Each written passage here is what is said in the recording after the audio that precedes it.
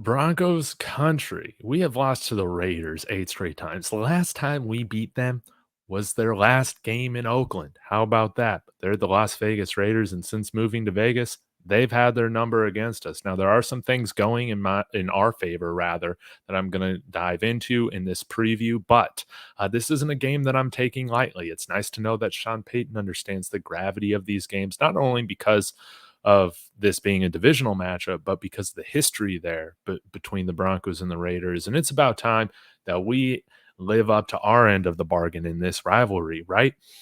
It's been too one sided. And I think we have a great opportunity to get that W, get that third straight win, and really put ourselves ahead in this divisional race, hopefully right behind the Chiefs, ideally ahead of the Chiefs. But honestly, when it's all said and done, if we can finish second in the AFC West, I think we have a fantastic chance of making the playoffs in a wild card position, which I think would be great. So I'm going to get into my keys to the game.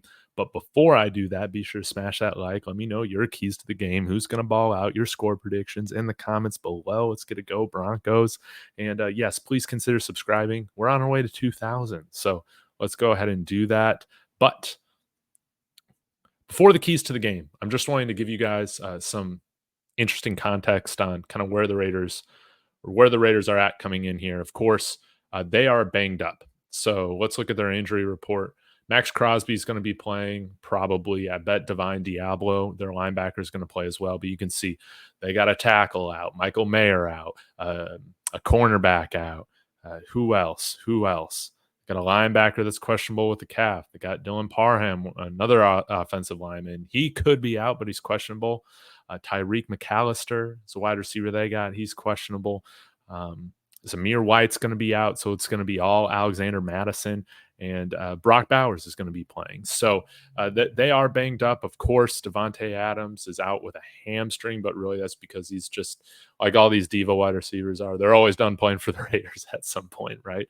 So this is a really great opportunity that we have to go in there or to go into Denver rather at home and get this victory that we haven't had in years, right? So Raiders coming in here, they are one of the worst teams in the league in turnover differential. They're at a -4 right now, as you can see. And I have our Broncos highlighted there at -2. We'll get to that later. In terms of offense, Denver's averaging 266 yards a game. They're averaging 106 on the ground and 160 through the air at 15.5 points per game.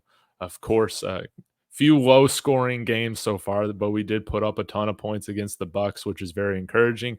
The Raiders, on the other hand, are averaging 19.5 points a game, uh, um, rushing for 76 yards on the ground and throwing for 212, which has them averaging just about 22 more yards of offense per game than the Broncos at 288.8 yards per game. On defense, this is where the Broncos really do excel at.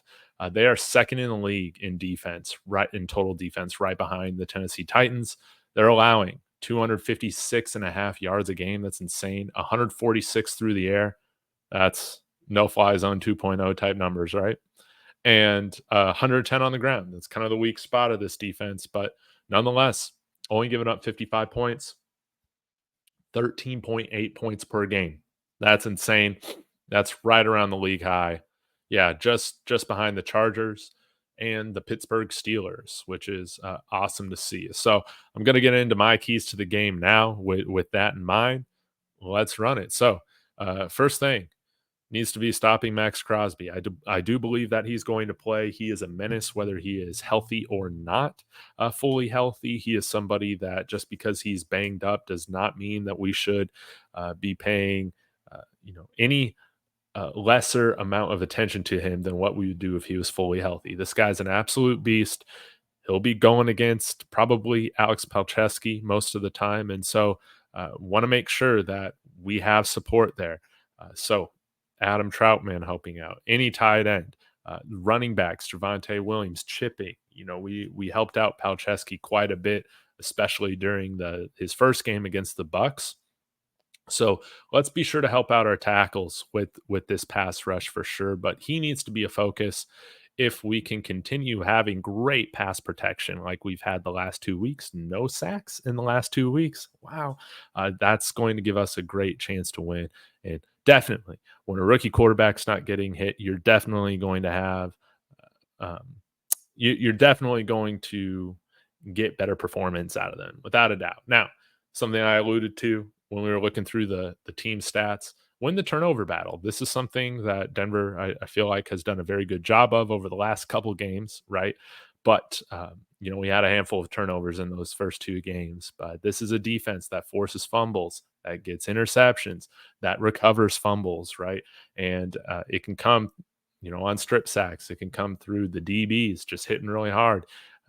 It can come from all over the place. So this is something that with Gardner Minshew back there, if we're able to stop their rushing attack and put them in passing situations on third and longs or at a deficit where they need to come from behind, that really, really goes in our favor. And I think Gardner Minshew is a quarterback that can turn over the ball. Sometimes he can go through those phases. So that would be great to be able to put him in passing situations and let's have him go against this fantastic secondary. See what he can do with no Devontae Adams out there. Of course, Jacoby Myers is a very great underrated receiver, and of course, Brock Bowers is going to be somebody that we need to pay attention to.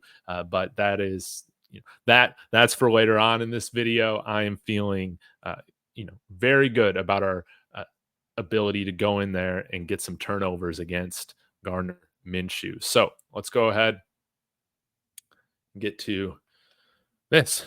It's time that we take pressure off Bo Nix with a run game, right? Again, the Las Vegas Raiders. Oh, I forgot to read this, so let me go ahead and pull this up.